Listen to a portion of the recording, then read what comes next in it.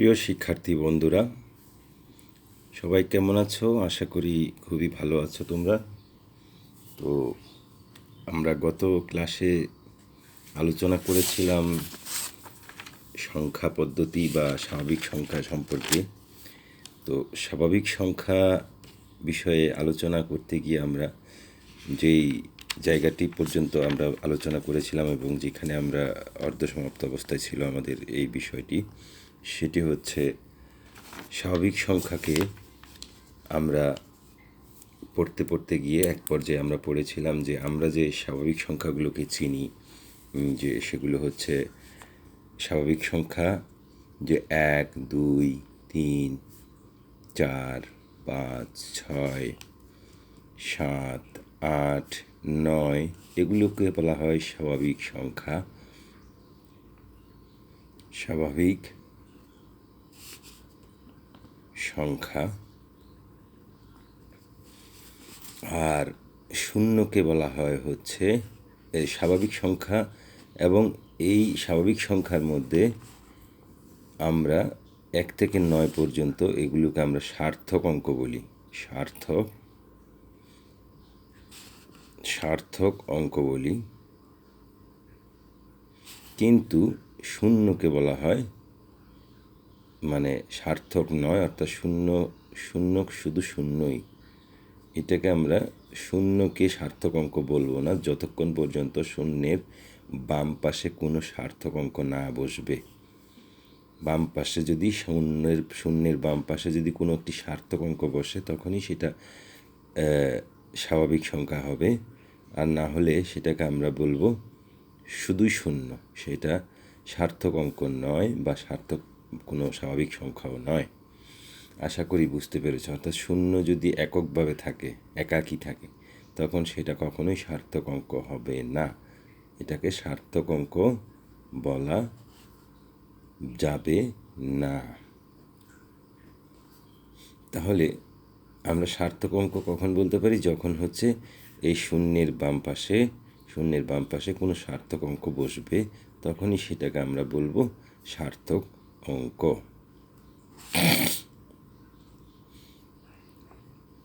আচ্ছা, শূন্য তখনই সার্থক অঙ্ক হয়ে ওঠে যখন তার বাম পাশে কোনো সার্থক অঙ্ক বসে। তাহলে এই অবস্থায় আমরা আরেকটি বিষয় আলোচনা করেছিলাম, যেটা হচ্ছে আমাদের আলোচনার মধ্যে ছিল যে এই যে 1 থেকে 9 পর্যন্ত এবং 0 সহ মোট 10টি যে অঙ্ক, এই 10টি অঙ্ক দিয়ে যে আমরা সংখ্যা গণনা করে থাকি, সেই সংখ্যা গণনার পদ্ধতিটিকে বলা হয় দশমিক পদ্ধতি বা 10 গুণোত্তর পদ্ধতি। তো 10 গুণোত্তর পদ্ধতি কেন বলা হয় সেটা একটু আমরা বোঝার চেষ্টা করব আজকে। যে আমরা 1, 2, 3, 4, 5, 6, 7, 8, 9 এবং 0, এই যে মোট 10টি অঙ্ক দিয়ে আমরা যে সংখ্যা গণনা করে থাকি, সংখ্যা গণনার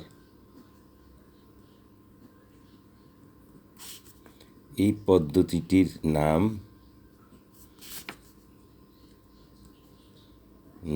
হচ্ছে কি? দশমিক পদ্ধতি, অথবা এটাকে আরও একটা নাম বলা হয় 10 গুণোত্তর পদ্ধতি। এখন দশমিক পদ্ধতি বা 10 গুণোত্তর পদ্ধতি কেন বলা হয় সেটা একটু আমরা বোঝার চেষ্টা করব। আসো আমরা একটু বুঝি। তাহলে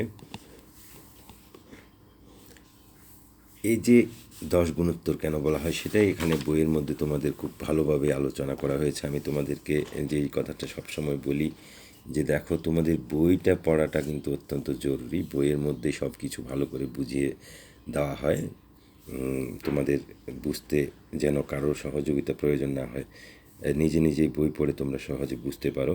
তো সেইখান থেকে আমরা বোঝার চেষ্টা করব। তো দেখো এখানে কি বলা হচ্ছে যে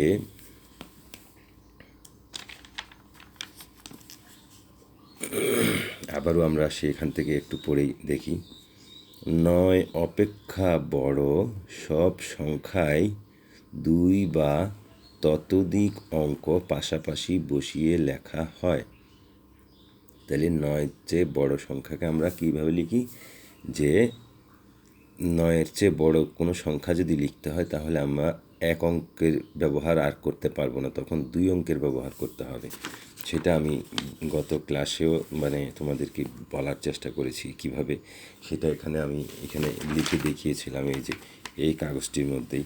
যে দেখো 9-এর চেয়ে বড় আমরা যদি কোনো বস্তুকে নির্দেশ করার চেষ্টা করি তাহলে আমাদেরকে 2 অঙ্কের আশ্রয় নিতে হবে। এতক্ষণ পর্যন্ত আমরা 1 থেকে 9 লিখেছিলাম একটি মাত্র অঙ্ক ব্যবহার করার মাধ্যমে। প্রতিটি ক্ষেত্রে আমরা একটি করে অঙ্ক ব্যবহার করেছি, কিন্তু যখনই আমাদের 9-এর চেয়ে বড় কোনো সংখ্যা লেখার প্রয়োজন হচ্ছে, তখন আমাদেরকে একটি মাত্র অঙ্ক ব্যবহারের মাধ্যমে সেই 9-এর চেয়ে বড় মানের কোনো সংখ্যা লেখা আমাদের সম্ভব না, বিধায় আমরা 2টি অঙ্ক ব্যবহারের সিদ্ধান্ত নিয়েছি।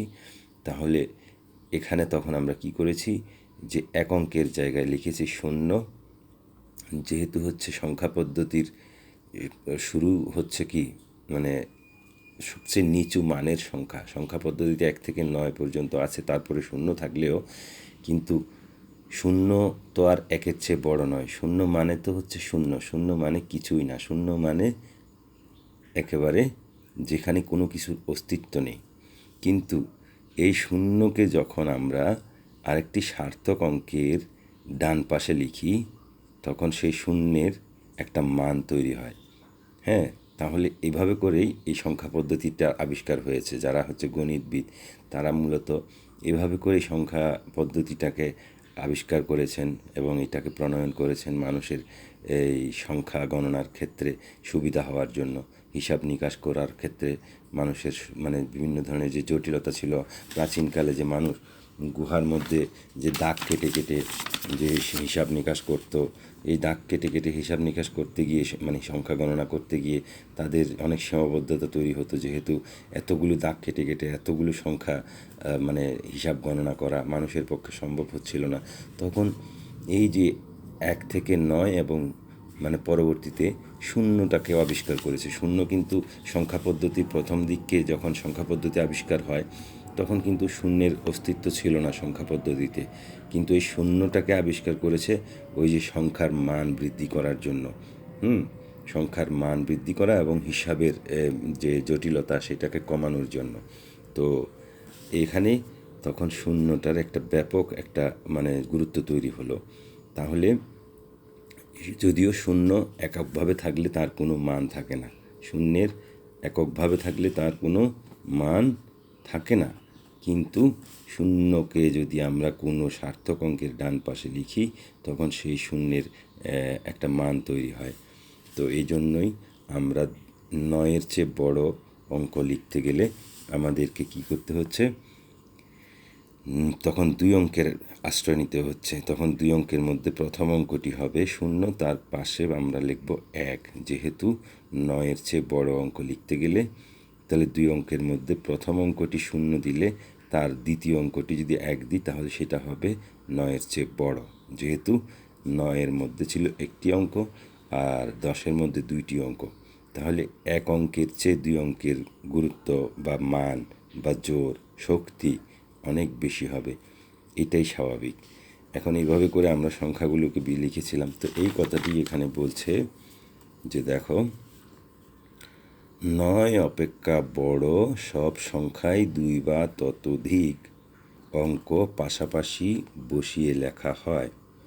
কোনো সংখ্যা অঙ্ক দ্বারা লেখাকে অঙ্কপাতন বলে। তাহলে আমরা অঙ্কপাতন জিনিসটাকে কি জিনিসটা আসলে কি এটা আমরা নিশ্চয়ই সবাই তোমরা বুঝতে পেরেছো যে অঙ্ক পাতন মানে হচ্ছে যে এই যে সংখ্যা পদ্ধতিতে 10টি অঙ্ক রয়েছে, এই অঙ্কগুলোর ব্যবহারের মাধ্যমে আমাদের প্রয়োজনীয় যত রকমের সংখ্যা আমাদের লেখার প্রয়োজন হয় সেই সংখ্যাগুলো লেখার জন্য যে আমরা দশমিক পদ্ধতির যে 10টি অঙ্ক ব্যবহার করি, 10টি অঙ্ক ব্যবহারের মাধ্যমে যে আমাদের প্রয়োজনীয় সংখ্যা লেখার যে কার্যক্রম বা পদ্ধতি, এই প্রক্রিয়াটিকেই বলা হয় অঙ্ক পাতন। যেমন আমরা লিখব 230, কথার কথা 520, আমরা লিখলাম 10,000,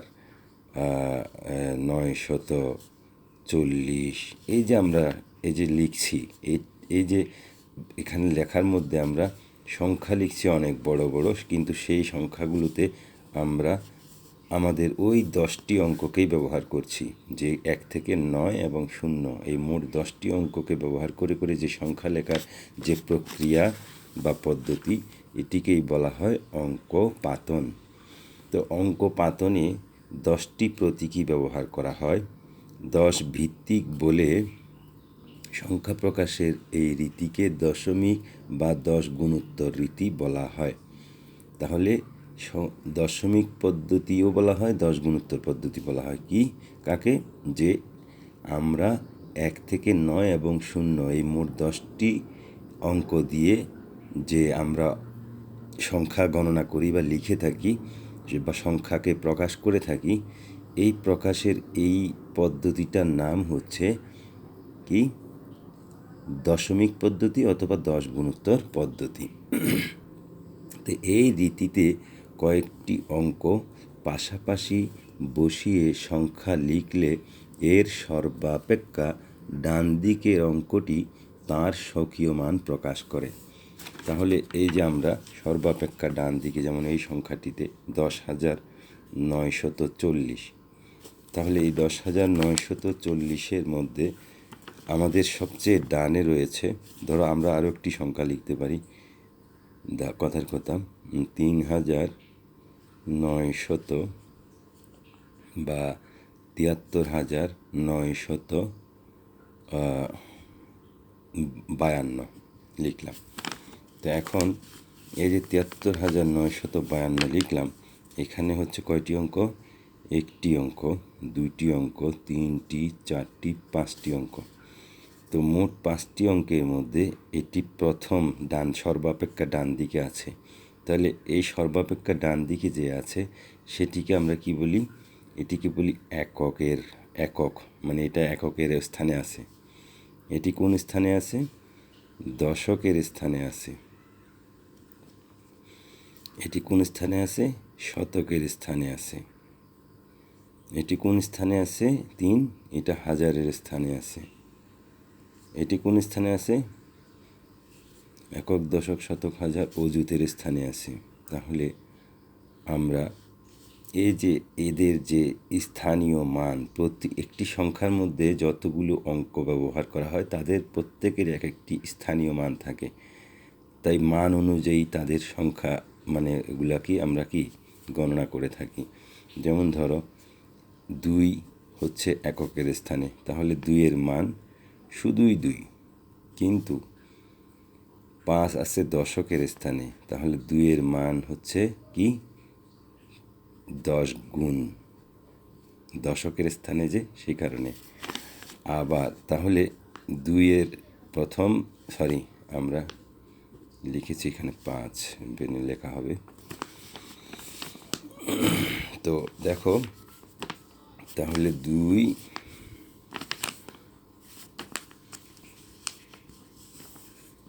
2কে আমরা দিয়েছি এককের স্থানে, তাহলে 2-এর মান শুধুই 2। আর 5 ছিল দশকের স্থানে, তাহলে 5-এর মান 5-এর সাথে 10 গুণ করলে তত হবে। আর 9-এর মান হচ্ছে শতগুণ, মানে 9-এর সাথে 100 গুণ করলে যত হবে সেটা হচ্ছে 9-এর মোট মূল্য। মানে এই সংখ্যাটিতে 9 হচ্ছে শতগুণ অবস্থায় আছে, আর তিন তিন আছে হচ্ছে হাজার গুণ অবস্থায়। তাহলে এখানে 3000 হবে। আর হচ্ছে 7 আছে অযুতের স্থানে। অযুত মানে হচ্ছে এটা মানে 10,000 গুণ। এই যে 10,000 দ্বারা গুণ করতে হবে। তাহলে এখানে আমরা সাতকে বলি 70,000। তাহলে এইটা আবার যোগ করলে ওই একই সংখ্যার মানটা, একই সংখ্যাটি পাওয়া যাবে। তো আমরা এখানে ভেঙে লেখার মূল অর্থটা হচ্ছে যে এদের স্থানীয় মানটা বোঝা। এই যে এখন স্থানীয় মানটা বোঝার জন্য তোমরা ইতিপূর্বে তোমাদের ক্লাস 4-এ কিংবা 5-এও হয়তো এইগুলো সম্পর্কে পড়েছ, এই সংখ্যার স্থানীয় মান কিভাবে লিখতে হয়, কিন্তু হয়তো অনেকেই বুঝতে পারোনি, না বুঝে করেছ। কিন্তু এখানে আমি একটু 10 গুণোত্তর পদ্ধতি কেন বলা হয়, এই যে সংখ্যা পদ্ধতি আমরা যেটা দিয়ে অঙ্ক করি, হিসাব গণনা করি, সংখ্যা গণনা করি, এই সংখ্যা পদ্ধতিকে কেন দশমিক পদ্ধতি বলা হয় বা 10 গুণোত্তর পদ্ধতি বলা হয়? প্রথমত হচ্ছে দশমিক পদ্ধতি। 10 থেকে দশমিক মানে হচ্ছে আসলে এখানে যেহেতু 10টি অঙ্ক দিয়েই এই সংখ্যা পদ্ধতির গণনা করা হয় বা হিসাবগুলো করা হয়ে থাকে, সেজন্য এটাকে দশমিক পদ্ধতি বলে। এটা একটা কারণ দশমিক পদ্ধতি কেন বলে।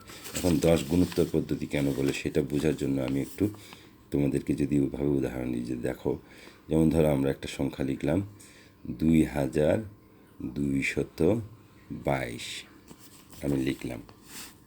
তো 2222 এখানে দেখো, লক্ষ্য করো, এখানে যে প্রথম দুইটা আছে সে দুইটার স্থানীয় মান হচ্ছে শুধুই একক স্থানে যেহেতু আছে সেজন্য এটার স্থানীয় মান হচ্ছে 2।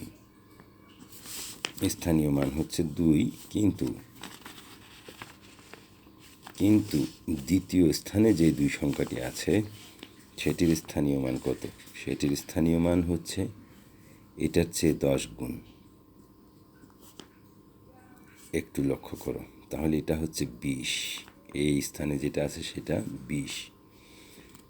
এরপরে তৃতীয় স্থানে যেটি আছে সেটার মান হচ্ছে এইটা। প্রতিটা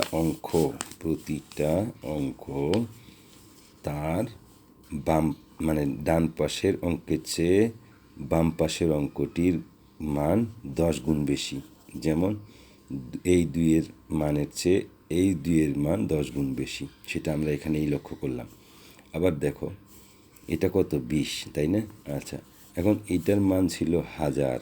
তাহলে এই যদি এভাবে দিই, দেখো এটা শত, আমার ভুল হচ্ছে, শত। তাহলে কত হলো? এটা ছিল 200। একটু লক্ষ্য করো, আমরা যদি এই 20টা, আমরা বললাম যে প্রতিটি একটি সংখ্যায় যতগুলি অঙ্ক ব্যবহার করা হয় সেই অঙ্কগুলো, প্রতিটি অঙ্ক তার বাম পাশের এই ডান পাশের অঙ্কের চেয়ে বাম পাশের অঙ্কটি 10 গুণ বেশি হয়। তাহলে 2-এর চেয়ে 10 গুণ বেশি হলে কত? 20। আবার এই 20-এর এটার চেয়ে এটা 10 গুণ বেশি হবে। 20-এর চেয়ে 10 গুণ বেশি হওয়া মানে, তাহলে খেয়াল করো, 20কে যদি 10 দিয়ে গুণ করি কত হয়? 20কে যদি আমরা 10 দিয়ে গুণ করি তাহলে হয় 0 0 0। আচ্ছা, 1 0 0, 2 2, তার মানে কত হয়? 200।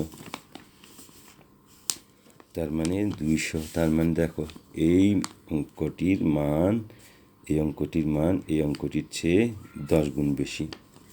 একইভাবে আবার যদি এখানে দেখি, এটা ছিল 1000 গুণ। তাহলে একটু লক্ষ্য করো, 200-র চেয়ে এটা 10 গুণ বেশি হবে। তাহলে এটা কি হয়?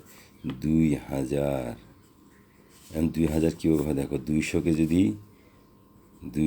যদি 10 দিয়ে গুণ করি কত হয়? 1 0 0 0, 1 0 0, 1 0 0, 2 1 2।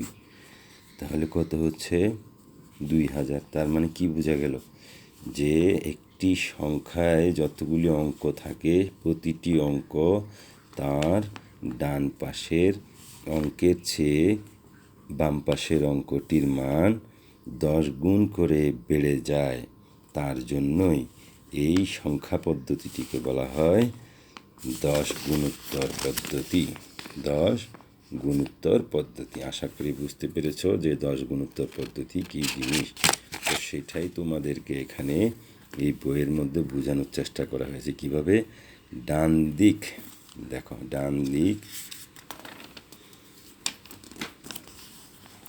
থেকে দ্বিতীয় অঙ্কটি এর স্বকীয় মানের 10 গুণ, অর্থাৎ তত দশক প্রকাশ করে।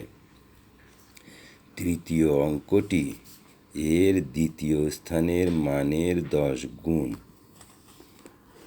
দ্বিতীয় স্থানের মানের 10 গুণ বা স্বকীয় মানের শতগুণ, অর্থাৎ তত শতক প্রকাশ করে। এরূপে কোনো অঙ্ক এক এক স্থান করে বাম দিকে সরে গেলে তার মান উত্তরোত্তর 10 গুণ করে বৃদ্ধি পায়। লক্ষ্য করি যে কোনো সংখ্যায় ব্যবহৃত অঙ্কগুলোর মান তার অবস্থানের উপর নির্ভর করে। তাহলে এটা তো বললাম তোমাদেরকে, সংখ্যায় ব্যবহৃত কোনো অঙ্ক তার অবস্থানের জন্য যে সংখ্যা প্রকাশ করে তাকে ওই অঙ্কের স্থানীয় মান বলা হয়। তাহলে সংখ্যার ব্যবহৃত কোনো অঙ্ক তার অবস্থানের জন্য যে সংখ্যা প্রকাশ করে, এই যে তার অবস্থান, আমরা এখানে সবগুলো 2 দেখতে পাচ্ছি, কিন্তু তাদের অবস্থান ভিন্ন হওয়ার কারণে তাদের প্রত্যেকের মান ভিন্ন হয়েছে। তাহলে এই কথাটা এখানে বলা হচ্ছে। যেমন 333 সংখ্যাটির সর্বডানের 3-এর স্থানীয় মান 3। ডান দিক থেকে দ্বিতীয় ও তৃতীয় স্থানে 3-এর স্থানীয় মান যথাক্রমে 30 এবং 300। তাহলে দেখা যাচ্ছে একই অঙ্কের স্থান পরিবর্তনের ফলে স্থানীয় মানের পরিবর্তন হয়, কিন্তু তার নিজস্ব বা স্বকীয় মান একই থাকে। তাহলে আশা করি বুঝতে পেরেছ যে কথাটা কি বলা হচ্ছে, যে আমরা যদি কোনো একটি সংখ্যার মধ্যে অনেকগুলি অঙ্ক লিখে থাকি, একই অঙ্ক বারবার লিখেও থাকি, তাহলেও তাদের স্বকীয় মান ঠিক থাকলেও তাদের স্থানীয় অবস্থার কারণে, তাদের অবস্থানগত কারণে তাদের কি হয়, তাদের মান ভিন্ন ভিন্ন হতে পারে। যেমন আমরা লিখলাম যে 2845, এখানে দেখো 4টি অঙ্ক ব্যবহার করা হয়েছে। এটি এককের স্থানে আছে, এটি দশকের স্থানে আছে, এটি শতকের স্থানে আছে, এটি হাজারের স্থানে আছে। তাহলে এই অঙ্কটির মান যত হবে, এই অঙ্কটির মান হবে তার চেয়ে 10 গুণ বেশি। আবার এই অঙ্কটি হবে, এই অঙ্কটির প্রথম স্থানীয় অঙ্কটির শতগুণ বেশি। আবার এই 2 হবে 5-এর চেয়ে 1000 গুণ বেশি। আর প্রতিটি অঙ্ক একে অপরের চেয়ে 10 গুণ করে বেশি, পাশাপাশিগুলো। যেমন এটার চেয়ে এটা 10 গুণ, আবার এটার চেয়ে এটা 10 গুণ বেশি, এটার চেয়ে এটা 10 গুণ বেশি। এই জন্যই এটার নাম হয়েছে 10 গুণোত্তর পদ্ধতি। আশা করি বুঝতে পেরেছ, এবং আমরা আরও ভালো করে বইটাকে যদি বারবার পড়ি তাহলে নিশ্চয়ই ক্লিয়ার হয়ে বুঝতে পারবে। আর আমার বক্তব্য, আমার এই ক্লাসের যে আলোচনা ব্যাখ্যা, সেগুলোর সাথে তোমার বইয়ের লেখাগুলোকে পড়ে বারবার বোঝার চেষ্টা করলে আশা করি পুরো বিষয়টা তোমাদের কাছে ক্লিয়ার হবে। তো আজকের আলোচনা এখানেই থাক। এর পরবর্তীতে আমরা দেশীয় সংখ্যা পঠন পদ্ধতি সম্পর্কে এখানে পড়ব, এবং সেখানেও আমাদের অঙ্ক পাতন সম্পর্কে কিছু বিষয় থাকবে, সেগুলো আমরা বোঝার চেষ্টা করব।